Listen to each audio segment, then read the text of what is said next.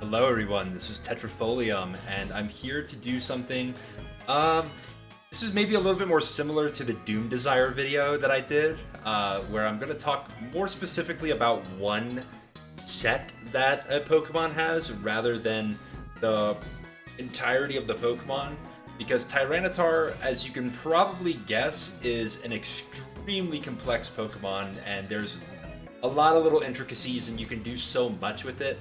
I'm not going to be able to do it justice in one video. So, those of you who are Tyranitar fans, expect to see some more Tyranitar videos eventually. But today I wanted to talk about BoahTar, mostly because it seems like all the ADV discords are tapped into the BoahTar right now. So I'm striking while the iron's hot. But let's continue. Tyranitar is number one in ADV. I mean, we can argue about Skarmory, we can argue about Blissey, but I mean, unless you're ABR, and that take is a little crazy. Tyranitar is like an S tier Pokemon. You're gonna need, every team needs to prepare for what Tyranitar can do without even clicking a button. So, like, I don't see how you can argue that Tyranitar is not like literally metagame defining. And I'll put it like this: if Tyranitar didn't exist with its ability, then this tier would suck to play. Like, just frankly, Pokemon like Suicune and Celebi and well, not Jirachi. Yeah, Suicune and Celebi would be unbearably difficult to handle if there was no sand. Snorlax as well would be very tough. In any case, I'll try to not get so much on my soapbox about it here, but since this is my first video on Tyranitar, I want to ask you guys, what is your favorite Tyranitar set? Is it BoahTar? Is it Boatar? Is it Bulky DD? Are you a Pursuit person? Are you a Mixed Tar? Like, there's so many things that Tar can do, and each one of those things could be its own video. And maybe will be. Let's stretch the content out while we still have the opportunity to do so. In any case, we're going to move on, and we're going to talk about some of the things that are particular to BoahTar. We're going to get some of the things that are particular to just Tyranitar in general, but don't expect, like, again, a too in-depth conversation on, oh, what does Sand do in this metagame and all that, because I feel like we're gonna hit those points eventually. Just keep it consolidated here. Dark type coverage. So Dark is a pretty uncommon attacking type in Gen 3. There are some Dark type Pokemon like Sneasel and Crawdaunt who are built to be physical attackers, but Dark is special, so their stab is not accessible to them. In fact, Sneasel and Crawdaunt get it particularly bad because their other stab type, Ice and Water respectively, are also special stabs. So, like, they really get the poor end of the special physical split. Put that in the wrong order, but you know, there's give and take with it. But let's talk about all the Dark type moves that are in this generation, because while maybe Dark is not a super duper common type, maybe see a lot of coverage that Pokemon could get, and this is it. This is the entire list of all the Dark type moves in ADV. Crunch and Pursuit are in yellow or gold, or however you want to say it, because they are decently commonly used when a Pokemon has them. Not always, but they're pretty good. They're probably the best Dark type moves. Thief, Beat Up, and Knock Off are in green because they're very good at doing particular things. They're not exactly like Dark type moves in the sense that they're hitting the things that Dark types want to hit. They're more on the utility aspect. Beat Up, in fact, is just typeless damage, so it's arguably just not even a Dark type move at all.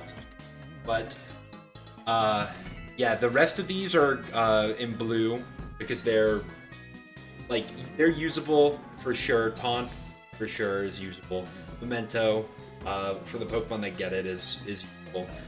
But otherwise, they're kind of just like utility moves. You can tech them. You can do whatever you want really with them. The status moves can never be that bad. I mean, Torment is not a great one, but could be used. And then we have Feint Attack in red. Feint Attack is a 60 base power move. It never misses, so if you're up against somebody who's spamming like Sand Attack and Flash, I guess like you don't have to worry about missing. But like Feint Attack is such a weak move, especially by comparison to Crunch and Persist. Oh, you know what? I forgot Bite, but Bite is essentially just Feint Attack as well. So, yeah. But I believe that's it for the Dark type moves, unless there was another Gen 1 Dark type or Gen 1 move that got changed to Dark type in the transition to Gen 2. Can't think of any. Somebody in the comments will let us know. Somebody in the comments already let us know that Bite is missing, but I caught it. But let's talk about the Dark type Pokemon that there are. There are not very many of them, but this is it. They all fit on one screen, which is kind of nice. Well, granted, I guess I could just scale them to whatever size I want and make any number of Pokemon fit on the screen, but like this is still legible, I think.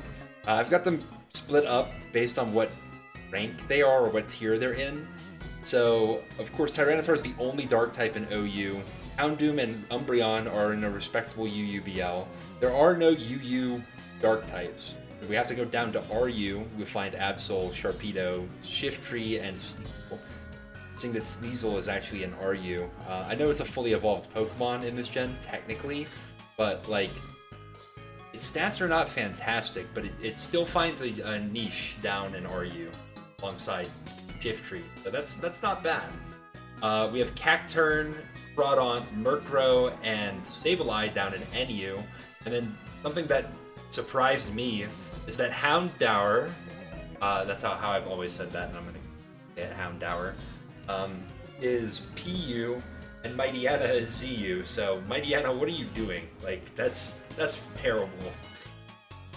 Like, yeah, I guess it's ZU basically its entire existence. Yeah, I mean it probably is less than ZU in many tiers, but use the lowest officially recognized tier in most generations. So, in any case, yeah, this is the breadth of your Dark types here. Let's sort of compare.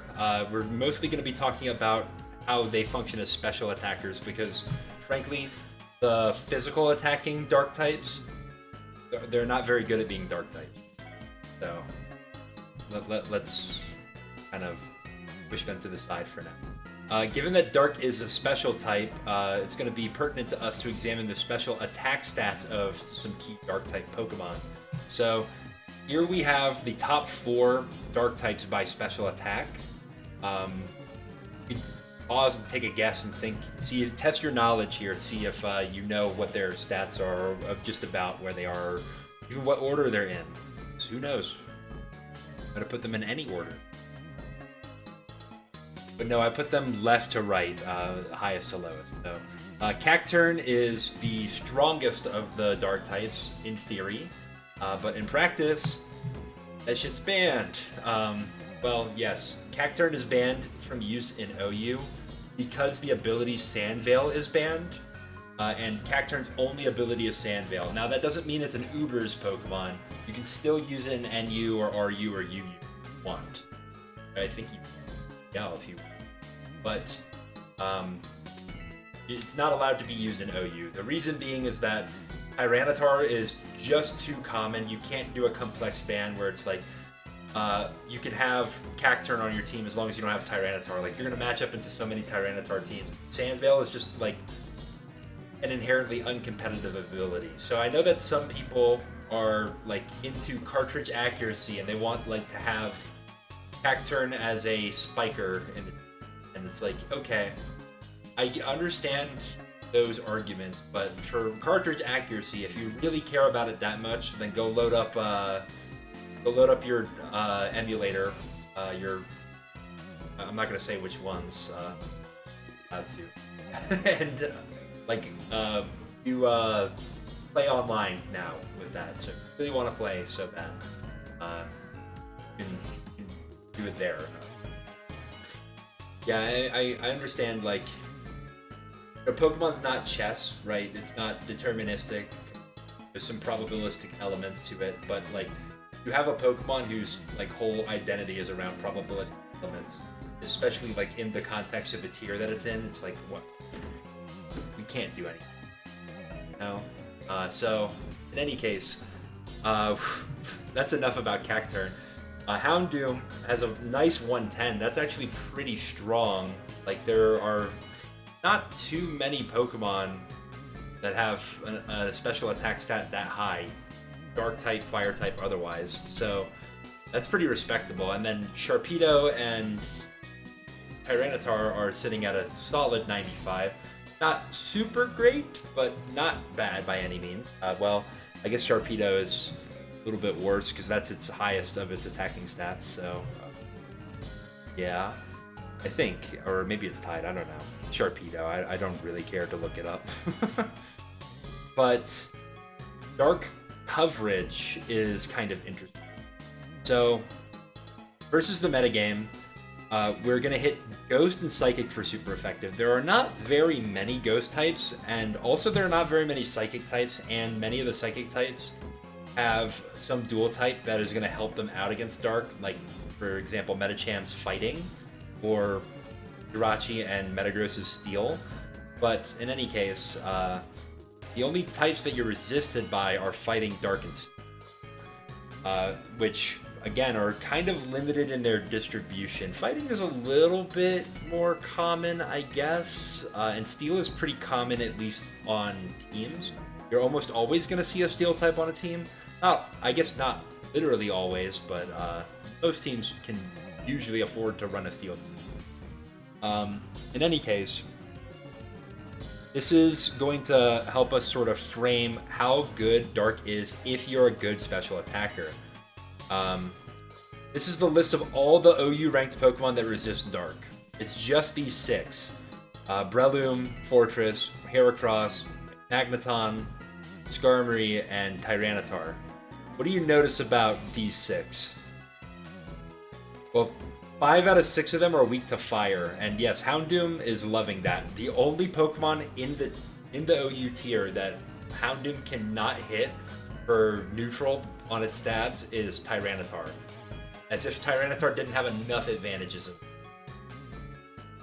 But that's actually really interesting, because Tyranitar has plenty of fire moves to use as well. So if we want to use Tyranitar as a dark type special attacker, we can certainly throw on a fire type move and we can hit most of the tier for really good damage.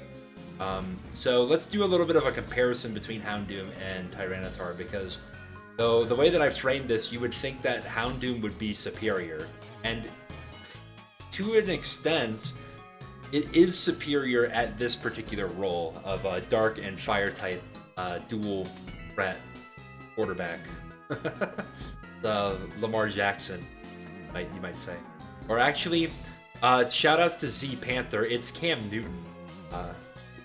Yes, I know ball.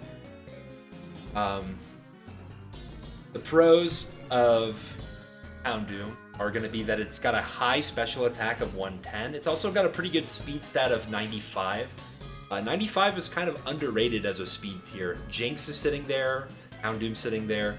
You're easily going to be able to outspeed things like your base 100s with a neutral nature, but you'll also outspeed things like Moltres as well. And there are a lot of Pokemon that are running speed stats specifically to outspeed Moltres, and Houndoom can just clear those. So that's really nice. You have Stab Fire moves, which obviously Tyranitar does not have Stab. And you have Will-O-Wisp and Beat Up, and Beat Up is really good to hit Blissey. That being said, I mean, you have some pretty notable cons. Mostly your defensive profile. Houndoom's really frail. 75, 50, 80, like that's not really gonna cut it. Yeah, it can take a special move or two, especially a resisted one, but like any physical hit is threatening to do a lot of damage to Houndoom. Things like Snorlax and Salamence, anything with Earthquake is just gonna destroy Houndoom, and even if they don't click Earthquake, they'll destroy Houndoom. And then Houndoom's coverage outside of its stabs is kind of limited, you're basically forced to run a hidden power. Now that being said, fire plus dark plus a hidden power is usually sufficient to hit what you need.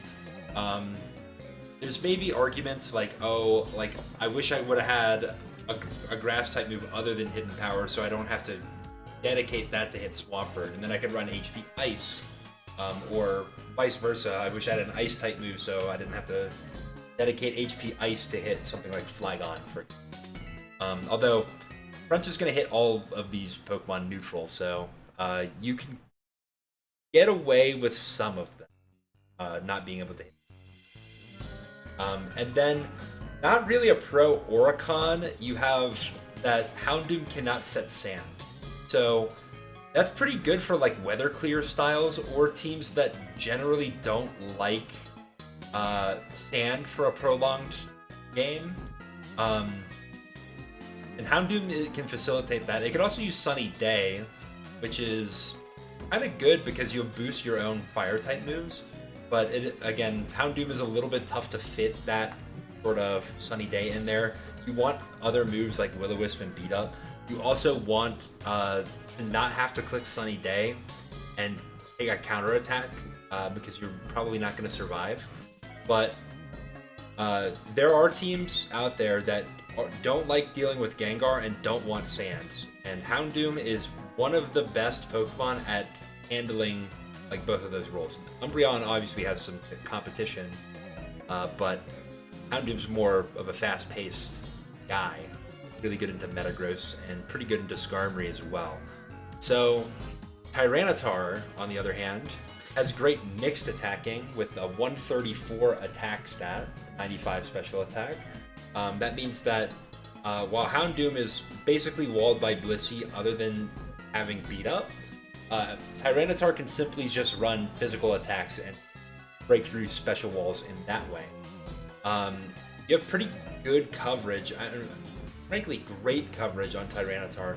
You have electric type moves, you have water type moves with Surf, you have fighting type moves, you have ground, you have like almost every type Tyranitar gets. Okay, maybe I shouldn't go that far. Like I don't think it gets Steel or say Bug natively, but like it gets so many types. You don't have to run hidden power all the time for Tyranitar to have good coverage. And then Tyranitar's bulk is phenomenal. 100 HP, 110 defense, 100 speed def. Like the only Pokemon that has better bulk than that really is like Suicune as far as like mixed bulk goes. You could argue like some of the other, like maybe Registeel, that's probably a fair argument. But you could say like maybe Snorlax if you're looking specifically for special, or say Metagross if you're looking specifically for physical. And like Tyranitar is not that far behind. Well, maybe it's a little further behind on special as compared to Snorlax. But in any case, the cons are ×4 weakness to fighting, and then it's got a kind of low speed. It's not super duper low, but 61 is not ideal. Good enough to get by, but not like not particularly phenomenal. And then Tyranitar sets sand when it enters the field, so that's really good for TSS styles. In fact, if you want a TSS style, you have to have Tyranitar. You don't have another option. So it just click Sandstorm on something else and then call that good enough. Need the permanent sand from Tyranitar. So yeah, there are a lot of good reasons to use both, and if you're looking for a dark type with some strong special attack, then Houndoom is very good. In a lot of ways, it is better than Tyranitar, but Tyranitar does have more defensive utility. It does have sand. It has good matchups, and it's also a little bit unpredictable. Houndoom, basically the only questions about it are, does it have Beat Up, and does it have HP Grass or Ice? And then outside of that, you don't really have any more questions for Houndoom. Tyranitar, you want to know its bulk, you want to know, is it physical, is it special, is it mixed, does it have Thunder Wave, does it have Substitute? Like, there's so many variables to consider with Tyranitar that it can be really good early game for creating some confusion and potentially profiting off of that. So, in any case, Tyranitar is fantastic. But I want to give some props to Houndoom. A Houndoom video should be coming at some point. I have not played with Houndoom yet, so Panther, if you're watching, hook me up with a Houndoom. In any case, we were talking about BoahTar, sometimes called TyraniBoah, but I don't really like that, so I'm gonna call it BoahTar. Up in the top right corner, Boah, it means wow in German. I think in German they also say wow, but Boah kind of expresses the same idea. So that's where the Boah in BoahTar comes from. So in the pre-showdown era, so like basically like net battle, shoddy battle, you'll have to forgive me if I'm not super duper precise on the chronology and the specific mechanics, but essentially know that before Showdown, there were certain simulator bugs that ADV players just had to deal with. One of them was that Substitute would block Rapid Spin, meaning that like if you had a Substitute up and your opponent went for Rapid Spin, it would not get rid of the spikes on their side. So that shaped the metagame pretty profoundly around some different strategies than we're used to today. So Tyranitar, for example, was a pretty common spin blocker because it could set a Substitute up, and then Pokemon like Fortress or Claydol, or I think Donphan was very popular at that time, would not be able to spin the hazards away. Now granted, all of them could have Earthquake and break a Tyranitar sub, but like kind of got into some mind games where, okay, you're gonna Earthquake the Tyranitar, but what if Tyranitar switches to Zapdos or Gyarados or something crazy that destroys your Fortress or your Claydol? You could also switch to Gengar, who is just de facto spin blocker and handles Earthquake very nicely, considering it's immune and all. This means that you saw a lot of Substitute Tyranitar, but dedicating a move slot to Substitute kind of limits Tyranitar's coverage, which means that it struggles to fit Dragon Dance and all the coverage moves that it wants. So what are you going to do to handle that sort of limitation? Well, for one, you can use one of the most powerful moves in the format, Focus Punch. So Focus Punch, if you're not aware, it's essentially a -3 priority move that if you get hit with an attack, you will not get the move off. You will lose it's called losing your focus. And then you just don't get to do anything. But if your opponent does not hit you with direct damage from a physical or a special attack, then Focus Punch will do a massive 150 base power fighting type damage to your opponent. So that's really good. And it synergizes really well with Substitute because Substitute takes the hit for the user. So say you go for Focus Punch and you have a Substitute up, and the Swampert or whatever is in front of you goes for Earthquake. Okay, they hit the Substitute, they may even break the Substitute, but because Tyranitar did not get hit, it's still getting its Focus Punch off, which is massive. Focus Punch deals really well with Blissey, even with no attack investment.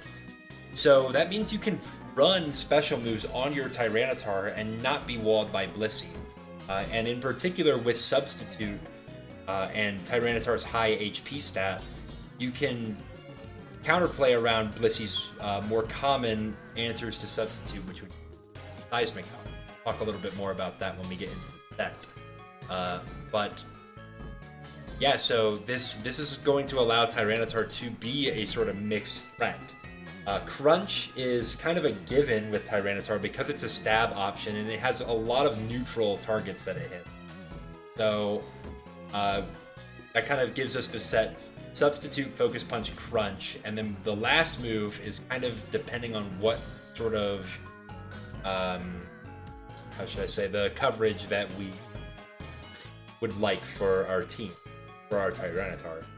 So, getting into that, what should Tyranitar's fourth move be if we're going to do a BoahTar set? So, like I said, Sub, Focus Punch, Crunch, they're all accounted for. We're going to need something that covers our blind spots, and what I mean by a blind spot is a particular Pokemon that we struggle to hit. And the most important blind spot is going to be Skarmory. Why? Well, if we don't hit Skarmory for a lot of damage early on, then it's just going to spike up and roar and be annoying, and like we don't like that. So we would preferably want a move that hits Skarmory for a lot of damage, and the options that are available to us would be Fire and Electric. Those are the two weaknesses that Skarmory has. So what Fire type moves do we have? Fire Blast and Flamethrower. So I think you guys already kind of know the idea, but if you don't, Fire Blast 120 base power, 85 accuracy. Flamethrower 95 base power, 100 accuracy. The Flamethrower's got a lot of consistency, but Fire Blast has more damage output, and that can be important depending on what you want to do. If you want to 2-hit KO Skarmory, you're most likely going to have to run Fire Blast for that extra damage. Same with things like Jirachi, you have more special defense. You might want to run Fire Blast for that. But if you're okay with the 3-hit KO on those, and you'd rather have the consistency, then Flamethrower can be a nice option. What's kind of nice is that Metagross, for the most part, is 2-hit KO'd by either. So you don't have to worry so much about that particular matchup, whether you're missing out on the extra damage from Fire Blast. So that's pretty good. And then Fortress is just going to fold to any fire type move because it's got a ×4 weakness. So that's kind of brutal.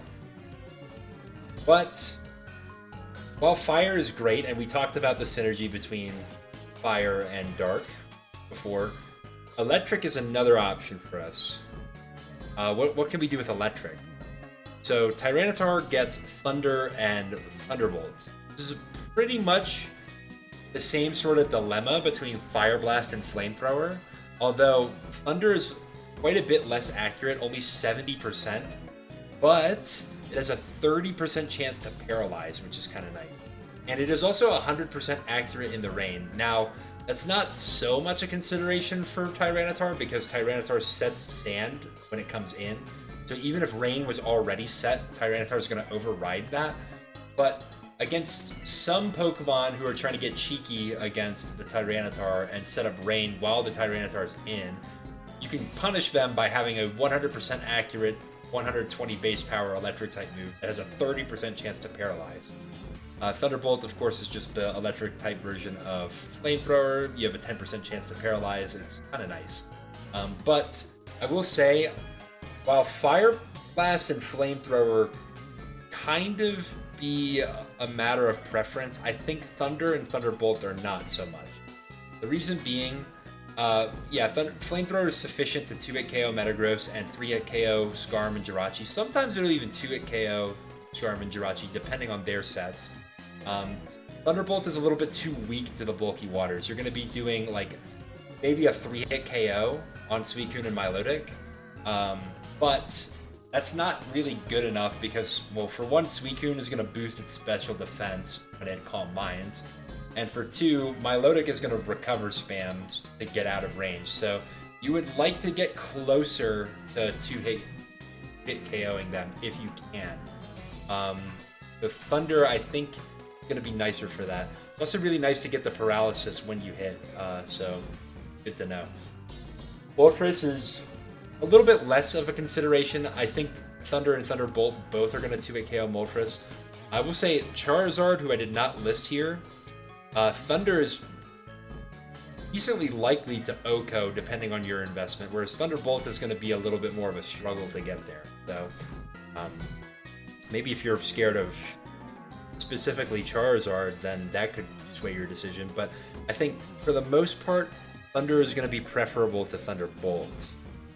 And that's sort of the concept I'm going to go with. I do think that Flamethrower and Fire Blast are perfectly reasonable for a BoahTar. To me, I almost don't conceptualize the fire coverage as being Boatar. I feel like to me that's like sub mixed, but I like that's what Boatar is, right? Sub mixed. So well, there's a little bit of argument for that, right?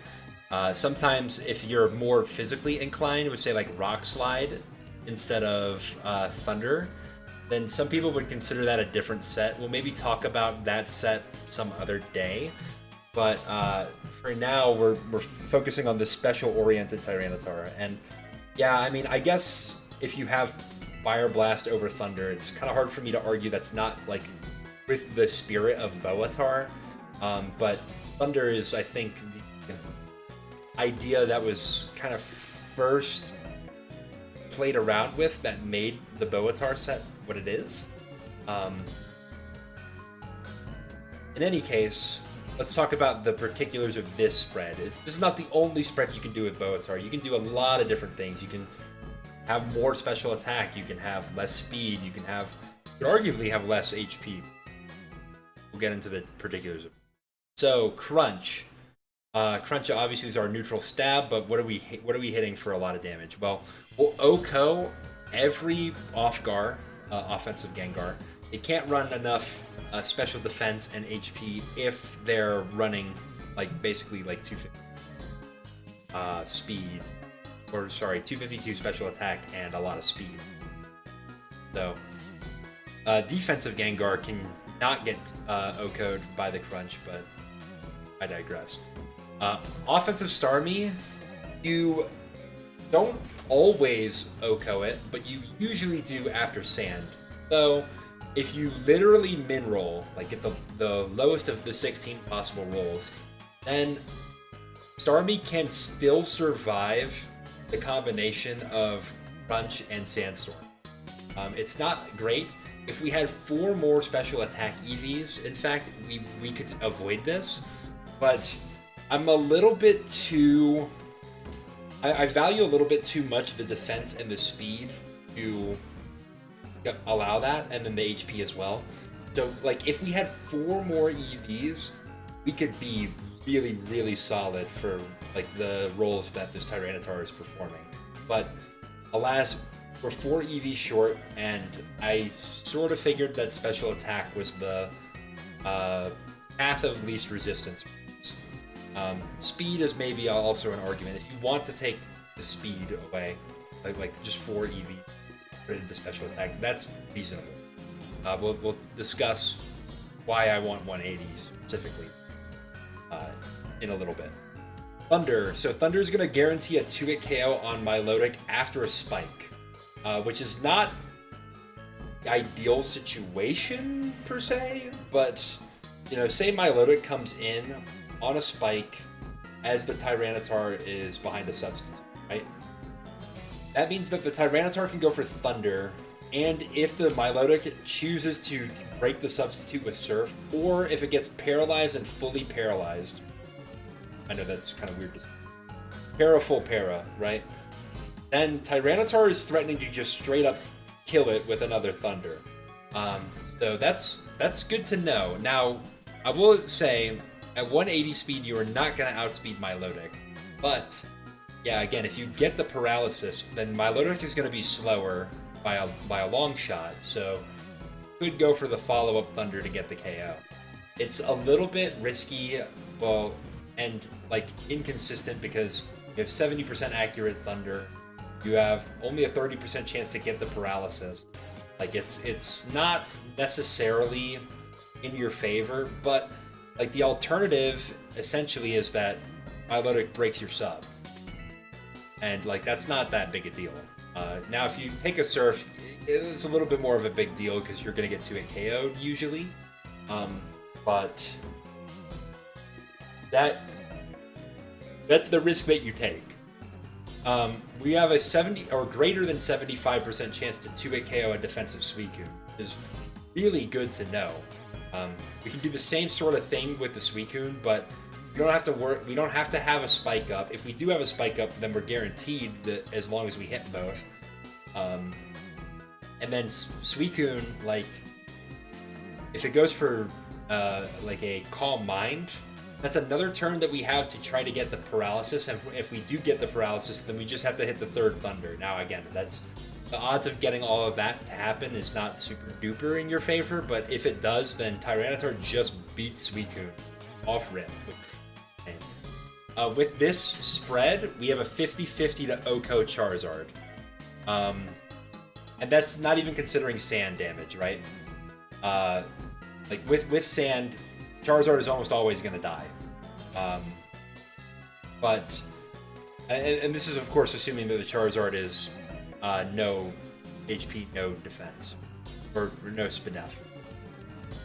If it has, I don't know. I don't think Charizard really runs HP. Like unless you're doing like sub belly drum or something like that. But I digress.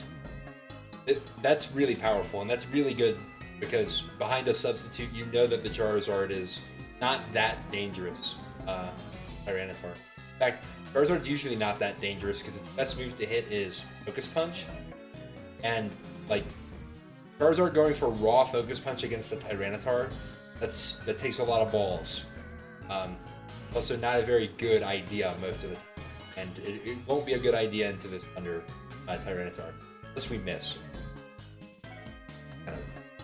Kind of screwed. Focus Punch. So you might notice that we have a minus attack nature. We're modest.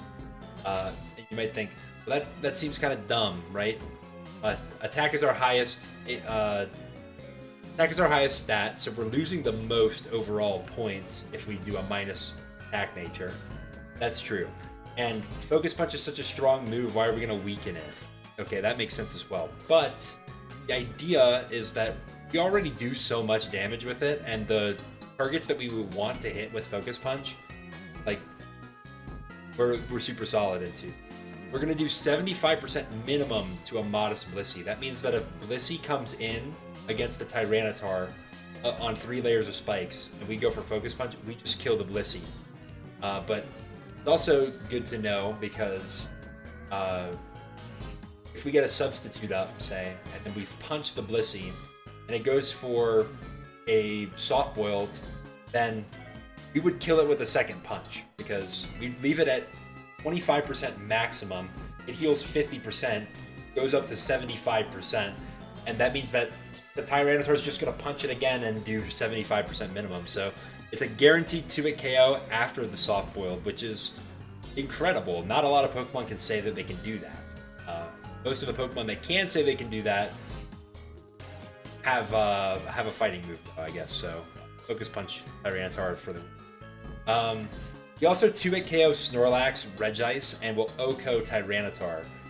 Now, I don't know if I would say like you should be playing for the 2-hit KO on Snorlax. Like, yeah, if you're behind a sub, absolutely punch the Snorlax. But if the Snorlax breaks your sub with Earthquake, like, okay, what are you gonna do? You're gonna punch into an Earthquake? That doesn't make a lot of sense.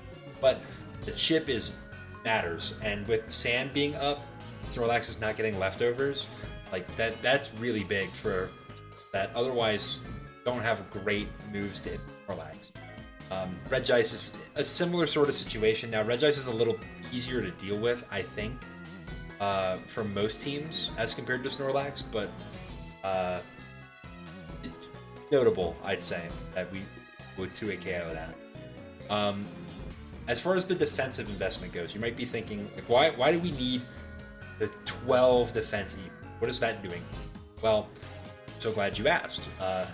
Tyranitar, with this set, will take 74.2% maximum from a 4 attack investment. That's the E. Mixed Tar, using Brick Break. What that means is that even if the Mixed Tar gets the max roll, not going to put us low enough that we can't get our substitute up. So that means that we can pretty much always get a substitute up versus opposing Tyranitar. Now, there are some caveats. If we're up against an adamant Brick Break, even possibly a Jolly Brick Break, from an attack invested Tyranitar, like 52 attack, we're not going to be able to get the sub up versus that. In fact, sometimes that would just kill us. And then banded Tyranitar is always just going to straight up kill us with a Brick Break. But I want to note that those are pretty rare. You don't see a lot of high attack investment with Brick Break. You would see it sometimes on Choice Band, but lead Choice Band Tyranitar is not all that common. Now, I know that I say that having done my first ever ADV video with a lead Choice Band Tyranitar with Brick Break, but like, people don't watch Tetrafolium like they should, so they're not going to use that team. So don't worry about it. We're just going to sub against the lead Tyranitar. Now, another thing to note is that we're going to live Choice Banded Earthquake from all of Sense, Meta, Tyranitar, regardless of their Adamant or whatever. And we'll also live a Jolly Doug Earthquake. That's good to know. Not fantastic, because we're usually not going to kill with Crunch, but at least we'll get some damage off on the Doug if we ever get trapped. And then the 252 HP EVs is really important. That's because Substitute takes a quarter of your HP, so a quarter of 144 is 101, and it puts a Substitute doll in front of the Pokemon, and that's how much HP that Substitute doll has, 101. That means that if a Pokemon goes for a move like Seismic Toss or Nightshade that has fixed damage based on level, the maximum amount of damage they can deal is 100. So they'll do 100 damage to the Substitute doll. That means that the Substitute doll survives with 1 HP, which is really important because you have to kill the Substitute before you can deal any damage to the Pokemon that's behind the Substitute. You can't over damage and have that go on to the Tyranitar. So against, say, Seismic Toss Blissey, we can get a Substitute up and Blissey is unable to break the Substitute, which means that we can go for a Focus Punch and Blissey is gonna have to take it to the face, or switch. In either case, we're in a pretty good situation. So that's why you would want 100 HP Substitute. Now, there is an argument that you might be able to do less than that.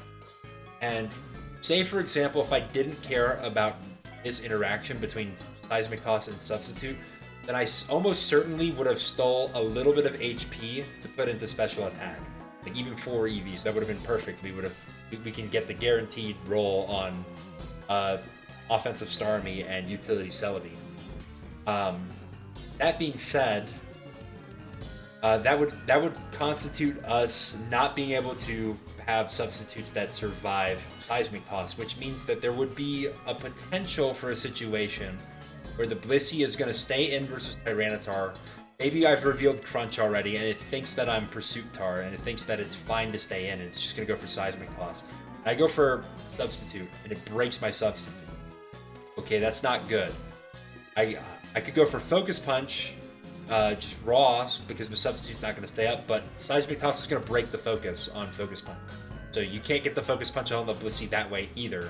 And then your options are Crunch and Thunder, which are not going to do much to Blissey. Now, I guess you could go for Thunder, play for the full para, and Focus Punch it.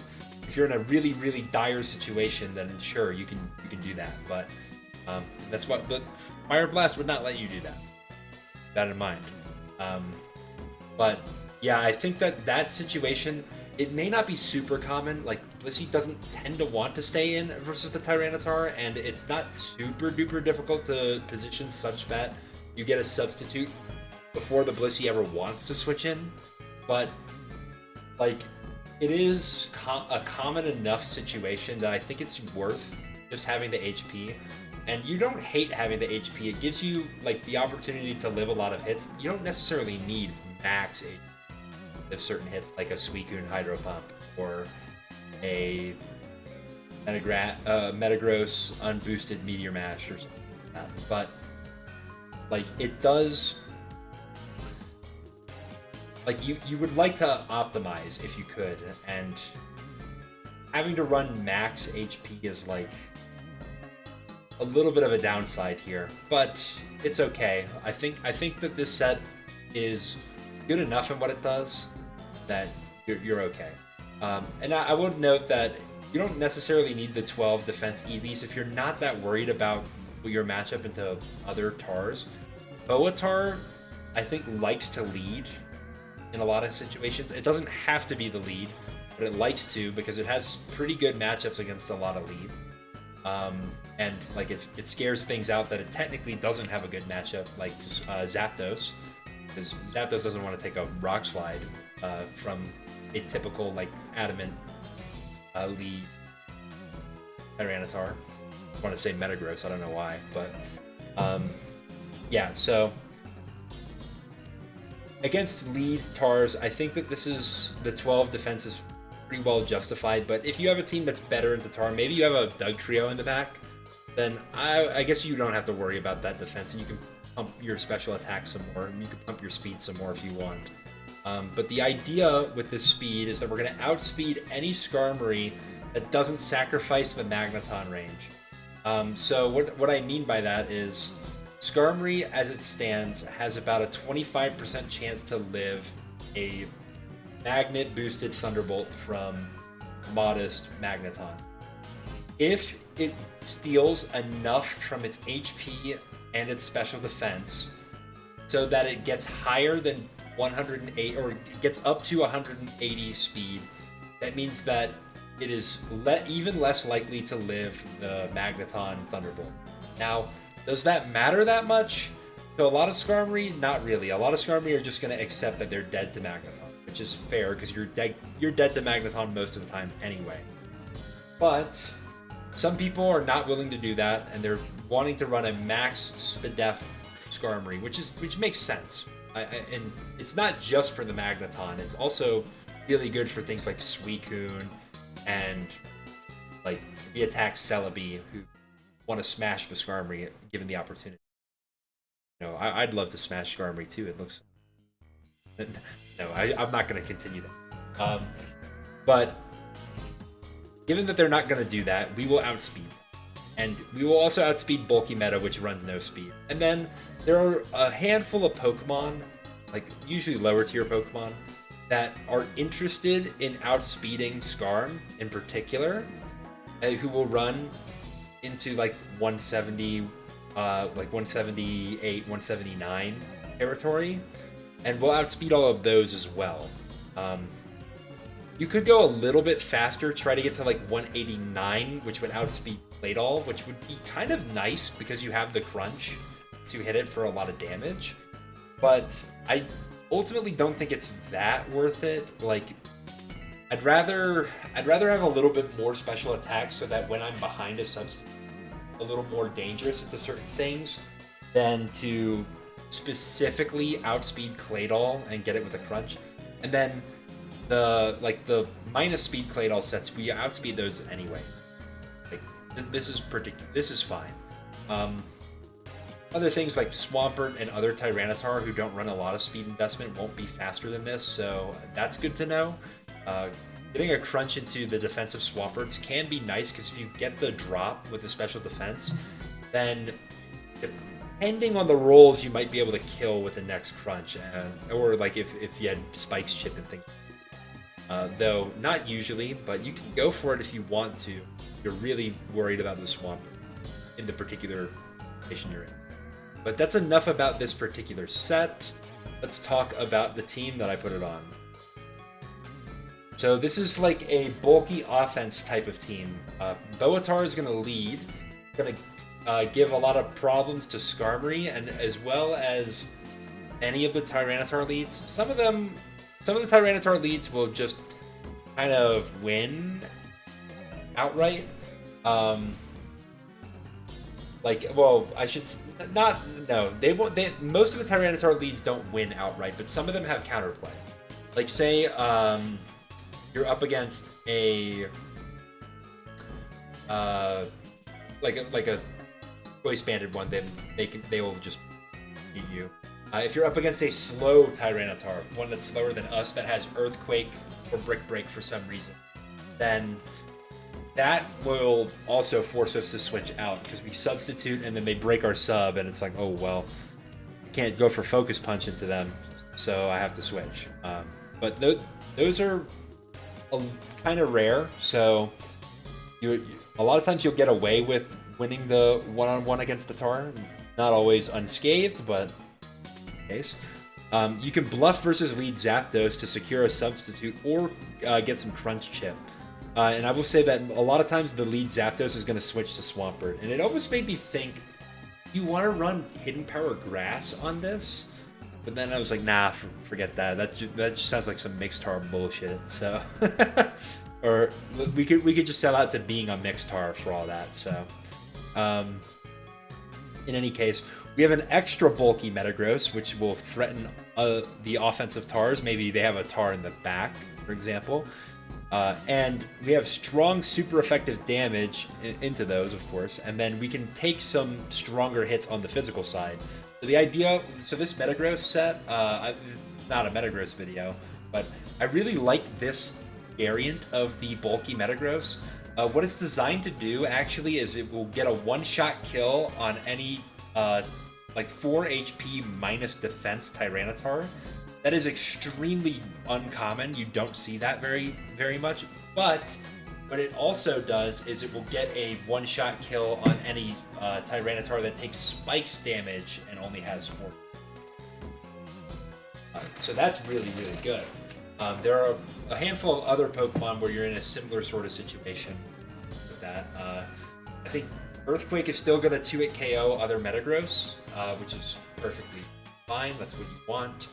But it's a little worse into certain like neutral matchups that don't mind taking an Earthquake from like a standard Metagross.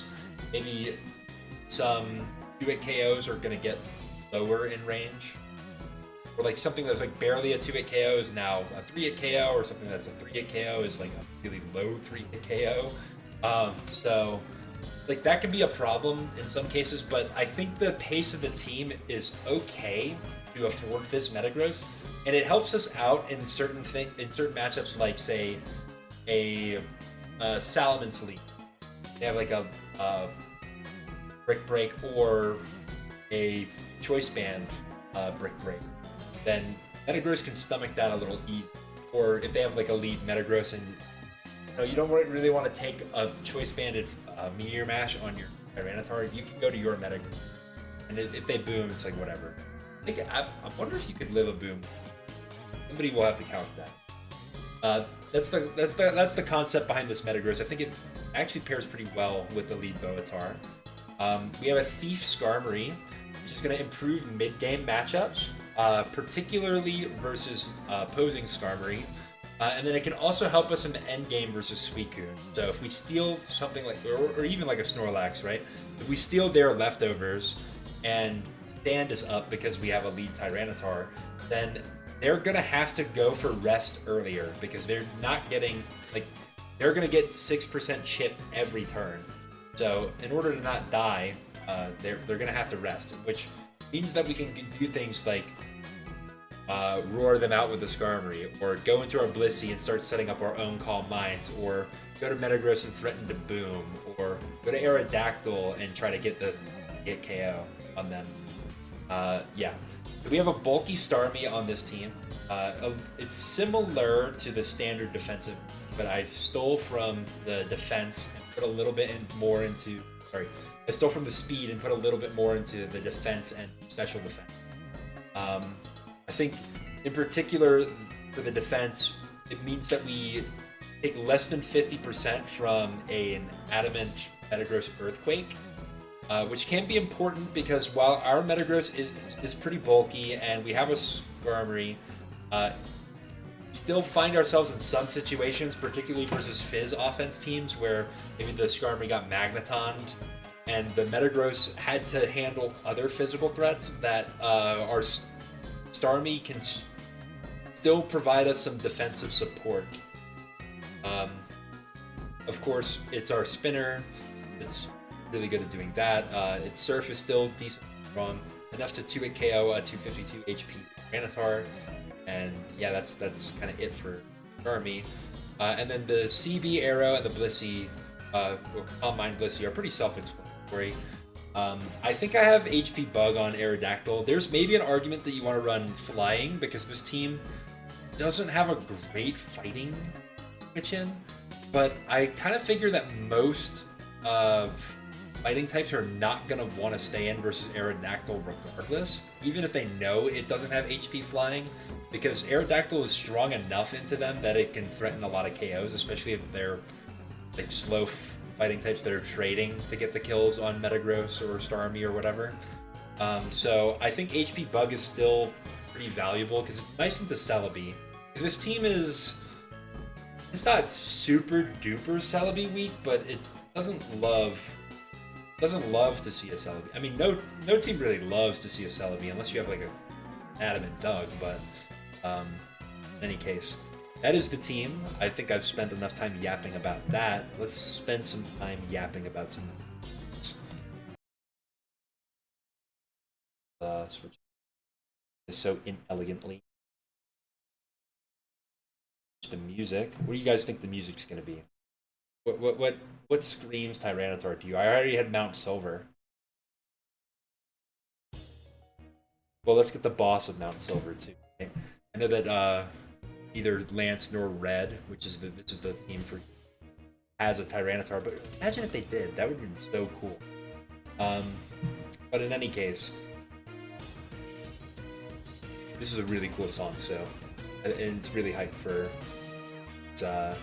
replay. So let's go. Belatedly with the jumpy avatar. I don't know if this is a jumpy alt. I sort of doubt it, but in any case, we're decently high on the ladder. I think I'm at 15.2. My opponent is also just on the precipice of 1500. I have the TyraniBoah lead, or the BoahTar, and I see a lead Skarmory, so I'm like, great, I'm just gonna click Thunder.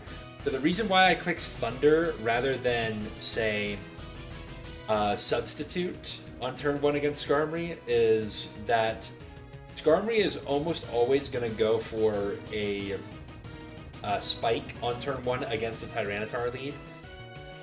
If I go for Thunder and I hit it, and I get the full paralysis, and I steal the Skarmory's turn and it doesn't get a Spike up, then it's going to die to the next Thunder, which I can... So it's going to switch out, then I can go for a Substitute.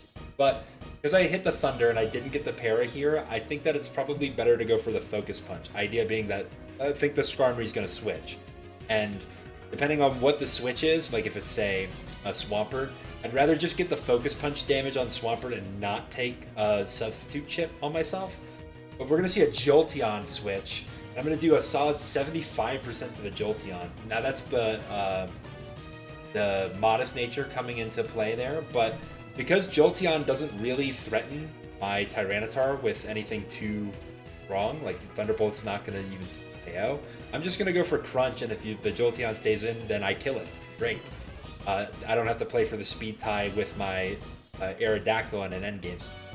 But then Metagross comes in, and I think, okay, this Metagross took 42.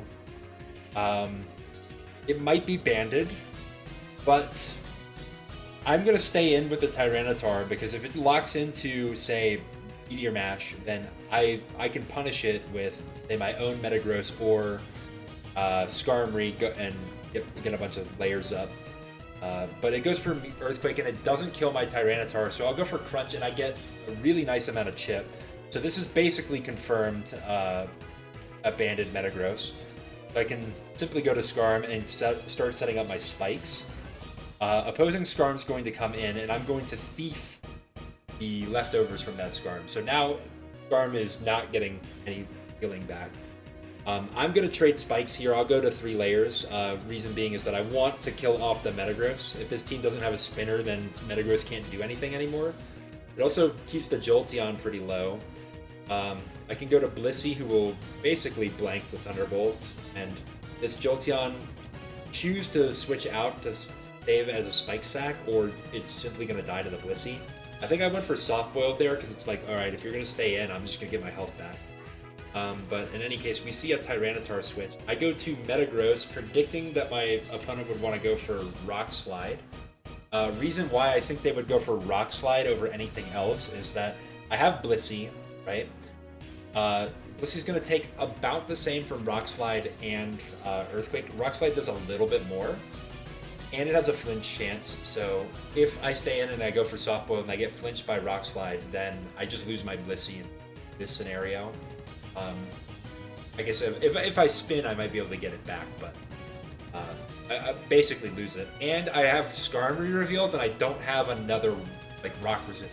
So if I went to Skarmory on, say, an Earthquake, then that Tyranitar gets absolutely nothing out of the turn. So its best mid ground is to go for Rock Slide, and that's why I think I can go to Metagross. It's maybe a little aggressive, but I think I'm okay to do it.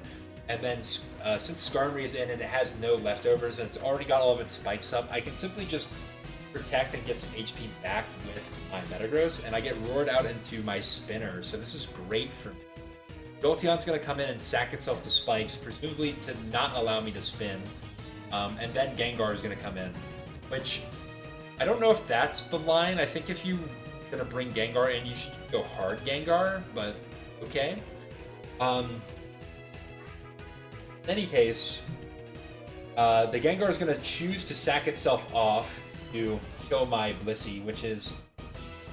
I don't know how much that really matters. I guess if your goal is, like, for Starmie to be the win condition, then you kind of need that. But, like... I mean, does Tyranitar really care that much about Blissey? If that's it, like, I think you have to put it all on Tyranitar to win the game, right? In any case, on the double down, I go to Tyranitar to sack it off to see what his last Pokemon is. Because if it's something that is, like, really dangerous and I need to boom it with Metagross, or if I need Starmie to come in and Thunder Wave it, or if Aerodactyl can handle it, then, like, I want to know. If I went to, say, Aerodactyl and this was like an Agility Metagross or something, I could be in some trouble, because I'd have to go for Earthquake. If Skarmory comes in, then things could get a little dicey. There are some other Pokemon, like, let's say if it was maybe like a Swampert or something is the last, then that could be not good for Aerodactyl. In any case, I think that the Tyranitar sack was pretty well warranted. I can go for Double Edge since I'm going to 2-hit KO Skarm. It could protect if it wants to, I guess, but like, it doesn't get anything for doing that. But I go to my own Skarmory there. So the thought that I had was, okay, if I'm locked in Double Edge, then this Tyranitar could come in and it could go for Dragon Dance, and I don't 2-hit KO it even after the spikes, or I probably won't 2-hit KO it even after the spikes. So it might be able to get 2 DDs, and if it gets 2 DDs, then I can lose the game. So rather than kill the Skarmory off, I'm going to go to my own Skarm, because it's relatively free. Like, what are you going to do? Toxic? Alright, that's whatever. And then I go for Roar. So if I successfully roar this Skarmory out into Tyranitar, well, then I basically win as long as I don't get completely, like, Rock Slide flinched out of existence. And even if I do, I can just go to Aerodactyl and click Earthquake and win. But yeah, so I'll go to Skarmory again. Not really much of a reason to not, in my mind. The Starmie will come in, and it goes for Thunderbolt against my Skarmory, which is threatening to 2-hit KO me. I'm just gonna allow it to 2-hit KO me. It keeps the spikes up, which is honestly just, like, really good for me. And then I can go for Hidden Power Bug. So Hidden Power Bug in this case is gonna 2-hit KO Tyranitar, so I don't care if it goes for Dragon Dance, because I should be faster than it, and it goes for Rock Slide, it misses, and yeah, it's over. Even if it didn't miss, though, Starmie should come in and it will kill everything with Surf, so I'm in a really good spot there. So, pretty nice endgame by me. I think maybe there was some unnecessary switches to Skarm. I probably could have just went for HP Bug on my arrow to kill the Skarm, and then just been fine from there. But it maybe leads to a better situation if my opponent chokes, and going to Skarmory is, like, really safe against my opponent trying to choke the game. So that's good to know. Granted, I guess if that Starmie spun the hazards, it could have been technically a little bit dicey. Maybe I don't quite 2-hit KO the Tyranitar if it doesn't take the spikes damage. I think it's, let's see, 48%. It's really likely that I'd still get there. But maybe it's possible that I don't. In that case, I could have been in trouble. So I don't know. Maybe somebody who's a little smarter than me can look at that and say I threw. But in any case, let's go on to this one. So Dr. Herbert West is the alt of a player that I know from the Discords that I hang around in. So hello to you. You're in the video. It's usually not a great sign, but this is still a good player, I want to say. Regardless of what happens. Glalie lead. So against Glalie, I'm just going to go for a raw focus punch because whatever. And then Glalie, if presuming I didn't kill, because I think this has some bulk, given that I only did 87. Glailie's best move in this situation, I think, is to go for an attack. It can either go for Explosion or Ice Beam, both of which are resisted by Metagross, so I can simply just go to Metagross, and that Explosion does very little. And I opt for Metagross over Skarmory because if the opponent has Magneton, then Metagross is a little better into that, because if I get above like 70%, I should live most Magneton, and I can just Earthquake them. But my opponent has Moltres. Moltres is a little bit scary for Metagross, but I can simply protect, get some HP back, go to Blissey. Tyranitar is the switch into an Ice Beam. I go for Ice Beam because I think it's a little bit better into certain switches than Thunderbolt. And then my opponent goes for Substitute. I'm thinking, oh man, like it's a BoahTar matchup there. But if it was a BoahTar, it would have went for its special coverage, not a Focus Punch. And that Focus Punch did a lot. So I think that that's actually a different sort of sub-punch Tyranitar called BoahTar. And we'll probably do a video on BoahTar at some point. But BoahTar is 3 attacks. All of them are physical attacks. Substitute. So, in any case, I will go to... I had to sack my Skarmory there. I guess I didn't have to, but like... I don't know. I felt like I was going to be in bad position to not sack it. So, I opt to do it for momentum. I go to Starmie, who has enough bulk to take a hidden power from the Tyranitar. And then I get a Surf off on Jolteon, which is pretty nice. That could come into play later. I go to Tyranitar as he goes to Tyranitar. He reveals to be a faster Tyranitar. I go for Thunder. If my opponent goes for Focus Punch, I hit them, then I might get the paralysis and fine. My opponent switches as I go for a Substitute now, which is kind of nice because I can secure some crunch damage on this Swampert. I get the Drop, which is good. Doesn't get the kill though. I didn't quite get high enough rolls for it. But because I get hit with the Hydro Pump first and then Crunch, I didn't put him into Torrent range to kill me, so I can always save this Tyranitar as a sack for later. Alright, I go for Rock Slide to finish off the Swampert, and I have the option to play for the Speed Tie against Jolteon. I don't think I necessarily need to do it right now, so I'm going to opt to sack Tyranitar instead. Although I do think this game is gearing up for the Speed Tie. Metagross, I go for Meteor Mash and I hit Moltres for not very much damage. Had I went for Boom, that could have been nice, but then it gives me one less switch into Jolteon game, so that's not ideal for me. This Tyranitar is a little bit lower than it has been, so I'll go for Thunderbolt, thinking that I might be able to do some nice damage, and if I get a paralysis, that's great, but I don't quite do enough, and I feel like at this stage, it's really hard for me to Blissey. I maybe could have went to Metagross there, actually. I think that would have been a better line than sacking Blissey.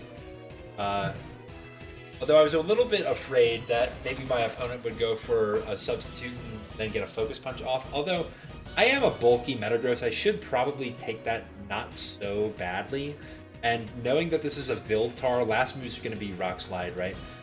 It doesn't have an Earthquake to hit me, so I probably should have just went to Metagross there. And then I have the sort of freedom to click up another Meteor Mash. Now the problem is Moltres comes in.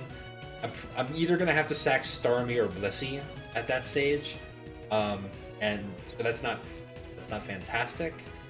But it's something we could play for, yes. In any case, I choose to sack the Blissey. I go to Starmie, and now Starmie's going to secure a kill.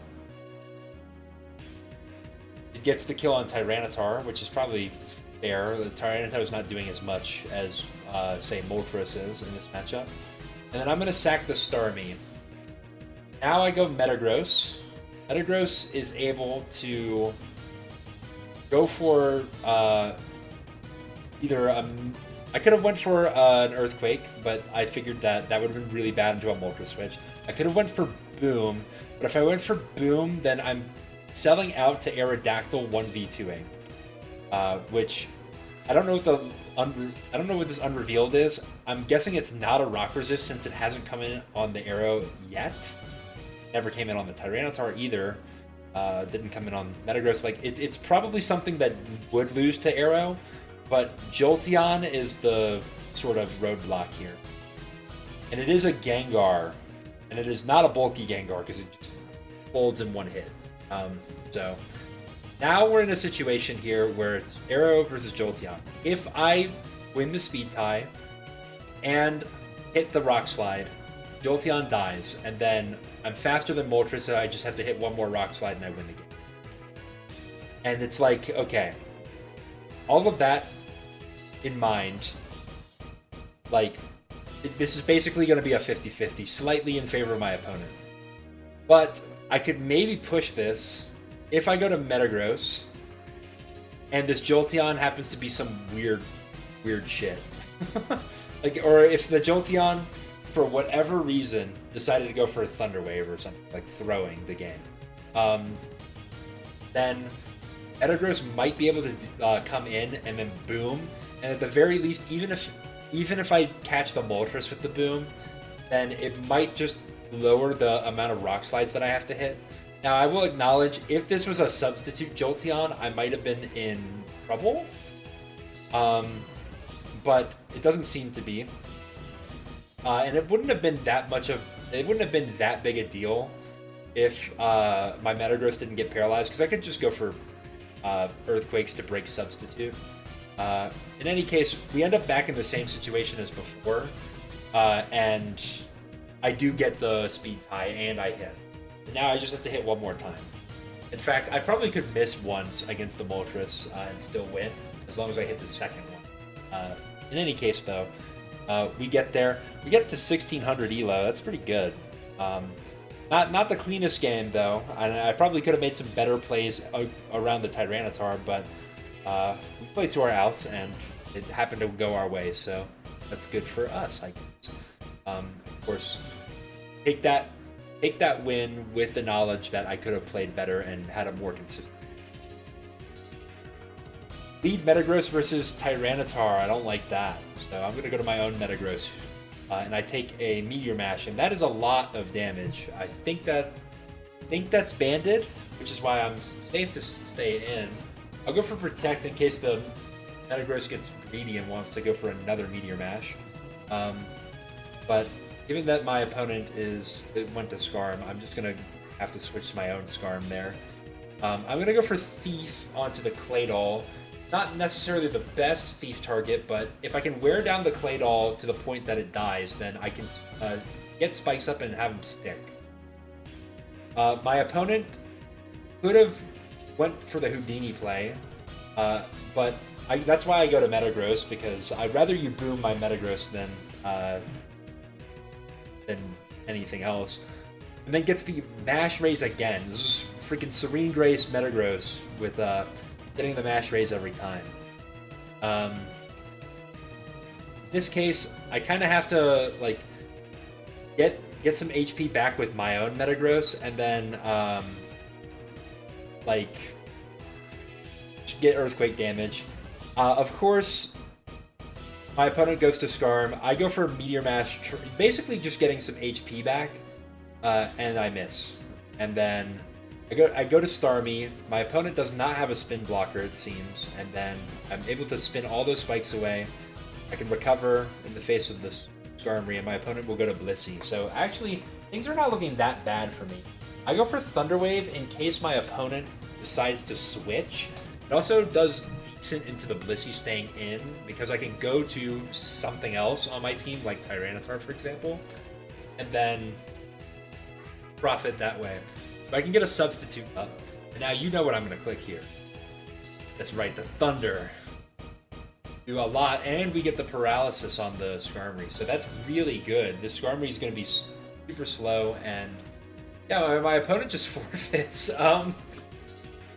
Maybe a little bit premature, I think.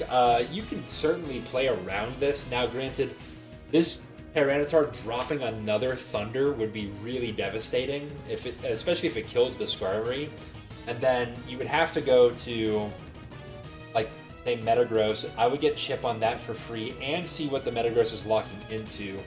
Go to the appropriate counter, i.e. Skarmory, and play around there.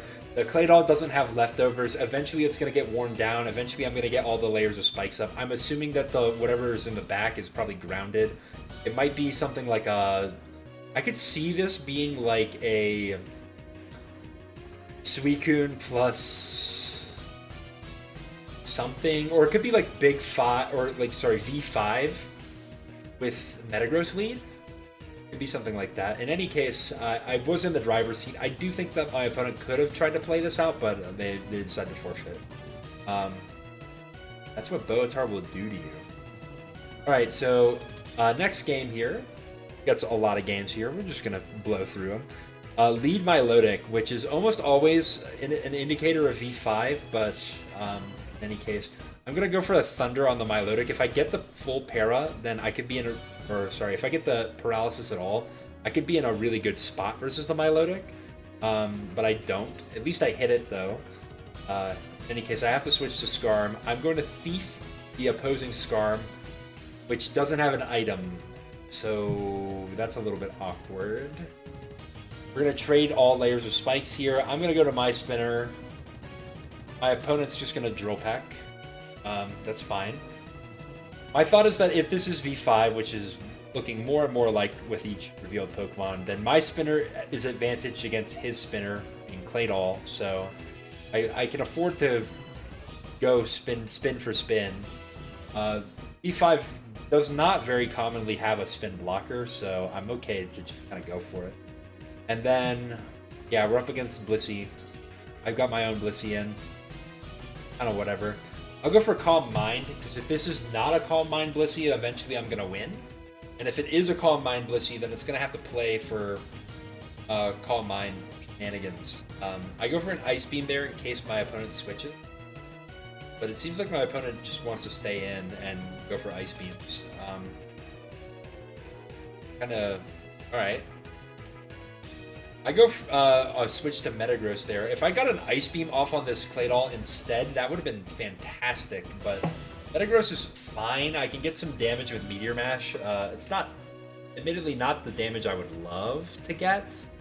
But they reveal Registeel here and explode into my Skarmory, which is kind of fine for me. I don't hate that. Here I was debating going for Thief. I didn't think it was worth it because, like, then I'm gonna be playing a hazardless game, and I have a whole Blissey to switch into. So, like, I think this is probably the line that's a little better for me, and I can go to Metagross here as long as the Blissey's not going for like Thunderbolt and getting the para on me. Then I think I'm okay. I go for Meteor Mash and I get the Raise versus the Milotic, which is really nice. I can't recall if I go for another Meteor Mash, trying to get another Raise. I do. Don't get it. Probably should go for another Meteor Mash, trying to get the Raise, but I go for Earthquake instead to sort of chip into the Milo. And at this stage, I'm not gonna beat the Milo one-on-one, and I don't want to just take Surfs for the hell of it. So I go to Starmie and use this as an opportunity to get a recover. We're kind of okay with that. Net positive for my Starmie, and I can go to Blissey, who should take a Surf or a Toxic decent as well. Then I'm going to go to Aerodactyl on a Toxic. This was maybe a little bit of an over-prediction on my part. I thought that they would go to, say, Skarmory, and I was wanting to get some, to fire off some Choice-Banded Rock Slides into it. Maybe force the Claydol in, and then I could try to do something nasty with my own Skarmory. But that I get Toxic on Aerodactyl. It's really bad for me. I go for Rock Slide. If I get the flinch or a crit on the Milotic, then it's just dead. And it's going to have to recover. It can't really afford to go for a Surf. So I will go to Blissey and then go to Metagross to steal the Toxic. Then back to Blissey. I know that this last Mon's got to be Dugtrio. So I have to make sure that I stay healthy. And that I play careful here. But I can kind of just keep... As long as I'm decently healthy on the Blissey, I can just kind of play for a PP stall against this Milotic, just switching back and forth if I want to. If they get Surfs into my Metagross, though, it gets a little bit awkward. So, not great. I'll go for Protect. My opponent goes to Skarm. I'm going to have to switch to Starmie, and they thief my Starmie, so that's not great. My spinner is now, like, on a timer. Well, not super duper on a timer, because I have Recover. But, in any case, I'll go for Thunder Wave. If the Skarmory stays in, then that's really good for me. But it doesn't. In fact, the Milotic comes in. Got Marble Scale. I go for a Thunder, trying to get some damage on my Milotic. My opponent wisely goes to Dugtrio. I should have went for Crunch, I think, if I was going to do anything. That would have been really nice to get the damage on Dugtrio. In any case, I get a Spike Up, and then I try to thief the Skarm who stole my Starmie's leftovers, but they go to Dugtrio, and now I have a Choice Band. Not good. I go for Thief again.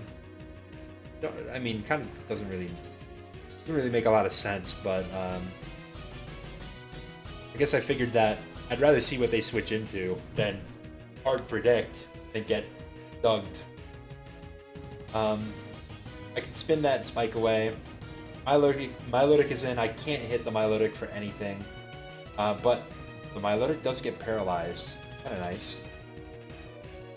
Claydol comes in as I go for Soft Boiled. Ice Beam would have been really nice there, but hard to do when you're that low on the Blissey.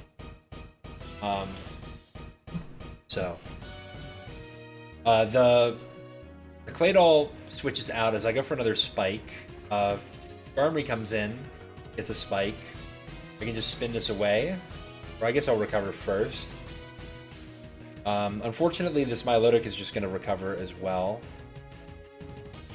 So, yeah, not much I can really do about that. This game is not looking super duper great for me, but like in this sort of bulky versus bulky, the next piece that falls is gonna like shift the momentum a lot. So, if we can manage to get something going here, then we might be okay. I want to note also that because I stole the Doug's Choice Band, I'm not as in danger of Earthquake as I once was, so not so bad. I make a double back to Blissey, predicting Skarm to come in, which means I can get something off here. So now I get a Calm Mind versus this Claydol, and what do you think I should do here? My thought is, okay, there's a Spike Up. You probably want to spin the Spike away, because if you lose your Claydol, say if you boom, right? Then this Spike is going to be there forever.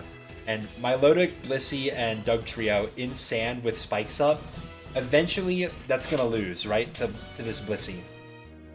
Well, and also, it's not going to be able to break through it might not be able to break through the Metagross Starmie pair either.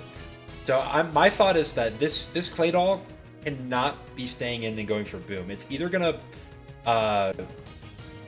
Rapid Spin or it's gonna switch to say Blissey. In which case I go for Ice Beam and I get exploded on. The crit I don't think mattered, but that sucks.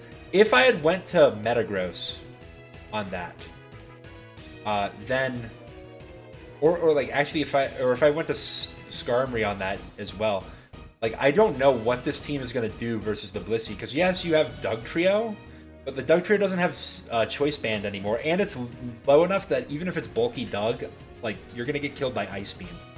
So and like nothing on this team is gonna like beat the Blissey long term. Yeah, we have Toxic on the Milotic, but I have a whole Starmie that I can just keep switching back and forth.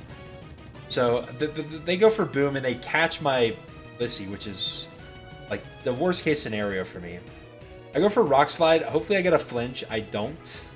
I don't think that these Skarmory can afford to run Protect as their last move, so I wasn't too worried about a Protect. I'll go to my Starmie on the Skarm and then double out to my own Skarmory, predicting that they would switch to something. Or Blissey was fine, but in this case, I can get all 3 layers up. Now, my Skarmory is in a pretty decent spot. I'll go to my Starmie, actually, on this Doug Trio, which was probably a throw. I probably should have went to Aerodactyl instead of Starmie, because, yeah, that Doug Trio switch absolutely destroyed me. If I had went to Aerodactyl instead, then this Doug Trio is basically water. And I could have kept my whole Starmie and been better into the Skarmory last. Oh, I guess we're going to be listening to some Ho-Oh music here to finish out. I didn't want to loop the stuff, but that's okay. Ho-Oh is a really cool theme. Yeah, my Metagross here, like, I kind of just have to play for Beatdown on Skarm. I can never Boom this Metagross. If I Boom, I just lose to Blissey Milotic. But I can go for crits and or flinches with my Aerodactyl. I don't get either, so it's just dead. Now my Skarmory's in. I can go for Drill Peck. I get roared out. That's not good. I can go for Protect. Just get some HP back on Metagross. Metagross HP is the thing that matters the most for me in this endgame situation. I don't have great rolls for this. I'm not gonna this Skarm. Well, okay. I do get into Metagross here. Now, this is potentially a roll, but it's not in my favor, so I'm just gonna Protect and get my HP back some more. I might need it versus a Blissey if that ever comes in, or potentially into the Milotic as well. In any case, I'll go for Drill Peck, and I don't get the kill, which is not great for me, although maybe that's a blessing in disguise, because if Milotic comes in versus the Banded Skarm, then I'm kind of a pickle. Metagross gets the kill on Skarmory, which is exactly what I need. Now, Metagross versus Milotic, I was thinking about this, I was like, okay, I could just get surfed and die and not do anything, or I could Boom, and this Blissey is going to step on 3 layers of spikes, going to go down to 40%, and I have a Banded Skarm. I might be able to just win on that. So, here we go. I go for the Drill Peck, and I don't kill. And yeah, that's it. The Blissey gets me. And, like, does it get much closer than that? Does it get much closer than that to lose? I drop out of 1600? Not really. Like, that's brutal. I did catch the Boom with that Registeel. That was really nice for me, but I think I could have played safer into the Claydol Boom. I did not have to go for that Ice Beam play. I could have just played a little more patient. And if they boomed into the wrong thing, I think I would have just won straight up. Like if they boomed my Skarm, I think I would have just won straight up. 1 spike on the field, that's good enough with the defensive mons that I had left. In any case, that's unfortunate. We're gonna have to take that loss, and yeah. But I do have one more replay here, and let's see if So one of the things that sucks about Boatar, right, is that you're relying on Thunder in a lot of cases, and it's not super reliable. See if that comes to bite me here. Lead Vaporeon. How about that? I don't want to take a Hydro Pump, so I'm gonna go to Blissey. This is not great because they have Dugtrio. Yeah, they can simply go there, and I do not call it. Had I called it, probably still would have lost the Blissey, but we would have at least gotten some damage on Doug. But in any case, yeah, we don't call it. Zap Doug is no more. We're doing Zap Doug now. But because the Dugtrio is locked into beat up, I can simply just go to Tyranitar and substitute on my own. The Vaporeon might stay in and click a water move to break my sub, but I can simply go for a Thunder and destroy the Vaporeon. Now, what's interesting to me is that my opponent opts to not go to Dugtrio here. Like, I don't quite understand that. I think that in many cases, Earthquake is a roll here. I think it's not in the Doug's favor because of the defense EVs that I have. But even if it's not, I don't kill with Crunch. Maybe they're thinking that I might have Ice Beam. I don't know. But they're instead going to go to Suicune here. I can simply go to Starmie, who takes the Hydro Pump pretty nicely. But this has got to be an offensive. I know that I could live in HP Grass unboosted, so I'll go for a Thunder Wave. If I Thunder Wave the Suicune, most likely offensive Suicune does not have Rest, so that's going to stick, and then that Suicune's going to be slow for the rest of the game. My opponent goes Jolteon, and now their Jolteon's going to be slow for the rest of the game, which is really good for me. I'll go to Metagross, who takes the Thunderbolt decently well. It's probably my best Thunderbolt switch in now that Blissey is dead. But then they reveal Zapdos, and now it's like, oh man, I'm gonna get smoked by special offense here. I go for Protect on their substitute. I'm just getting every play wrong here. Like, I don't deserve to win this. I get Parried and full Parried, so I can't even, like, boom to get rid of the Zapdos's substitute. So this is looking really bad for me. I don't even know how you win this position. I go to Tyranitar, who takes a fat Thunderbolt for a lot of damage, and yeah, is just gonna die. Although, now that the substitute is gone, I can go to Aerodactyl. I don't have to worry about the Jolteon speed tie because it's paralyzed. That's pretty nice. I do hit both of my Rock Slides into the Jolteon. That's also pretty nice. Then Suicune comes in.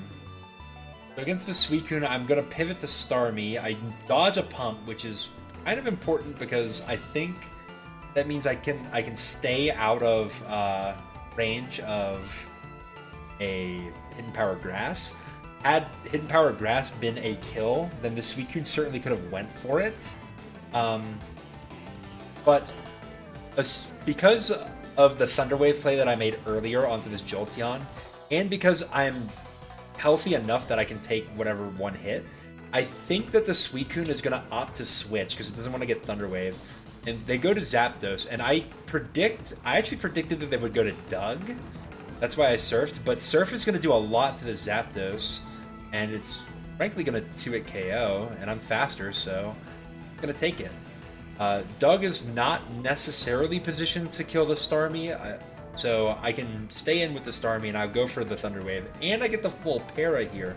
This is kind of nice. The luck is swinging back in my favor. I can go to Skarm on a critical hit Hidden Power Grass. Okay, that's fine. Now with Thief from the Suicune. The reason why I Thief is that I need the Suicune to take a bunch of chip, because Aerodactyl has to be the thing that kills it. Because, you know, Starmie's only got Surf. It can't do it on its own. My opponent goes for Hydro Pump, gets one, misses the second one. Really good for me. I go for Drill Pex to put the Suicune low. And I think this Suicune is now low enough that I'm guaranteed to kill with Earthquake. And the reason why I go for Earthquake is this last Mon. Okay, so look at this team. Where's the Rock Resist? Dugtrio? Okay, that doesn't count. Like, that's not a real Rock Resist. There has to be some sort of Rock Resist, and I think it might be Metagross. Because Mixed Offense has problems dealing with Blissey if the Dugtrio is not able to trap and kill. So Metagross is like the last-ditch effort to try to handle Blissey. So being able to lock into Earthquake is really, really good there. Had I not locked into Earthquake, then this could have been, say, if this is a last Mon Metagross. If it's Agility Metagross, I simply would just lose.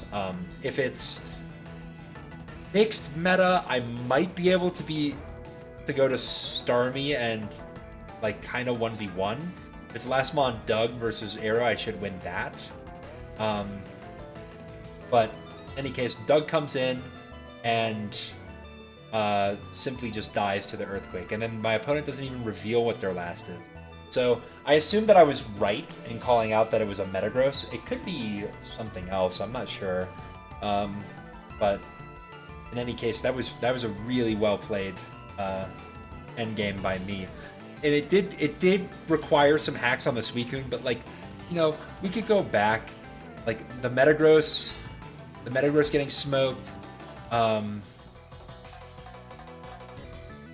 guess it's not unlucky what happened to my Blissey, but like, you know, it's kind of like a perfect matchup, right? Vaporeon into a lead Tyranitar, and the only like switch I have is Blissey. I could have maybe tried to go Starmie instead. I don't know. It could have maybe led to a better line in the mid to end game. But yeah, I mean, listen, the hacks can sometimes be in your favor, and like that's definitely true when you're using Boatar, who can hit a Thunder and then just paralyze, and you get the full para, and you're still behind the sub. Like, what is your opponent gonna do about it? Nothing. So that's hopefully a decent enough showcase for Boatar. I think it's one of the sets that you don't really see very often, but it's important to know. And I hope that if you haven't seen it before, that I've shared it with you. And if you have seen it before, and or if you've heard of Boatar, you're not quite sure what it was, then I hope this sort of elucidated the kinds of team structures and lines that it enables. So yeah, and this team here, it might not even be the best Boatar team. I'm not the best team builder that has ever built a team, right? Big Five, Virgin 5, all that. Those are not my team. All right.